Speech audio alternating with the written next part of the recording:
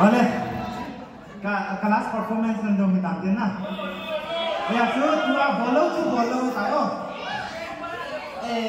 Langkawan minit kaya sila. Langkawan semua paitang tak sila ada dia segitipan jauh si tanjung segitipan selagin. Sekarang easy dia nanti. Dican kau masuk game ini tua, program sukses dengan lalu dengan si min. Kau min izin huazam. Hey, kau min kau mak kelam helen lamutin. Nah, konsep ini. Kau mak open kita tu na. Izin tuhin lemul kau. Jadi kaya ada yang poin, misal semua tu si kan kolek si masak na.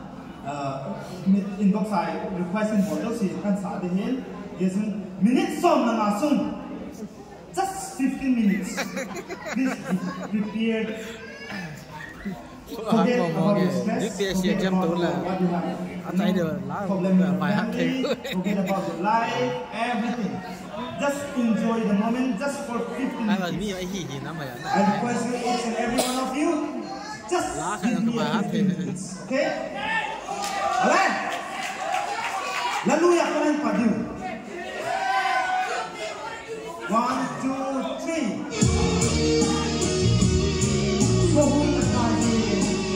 3.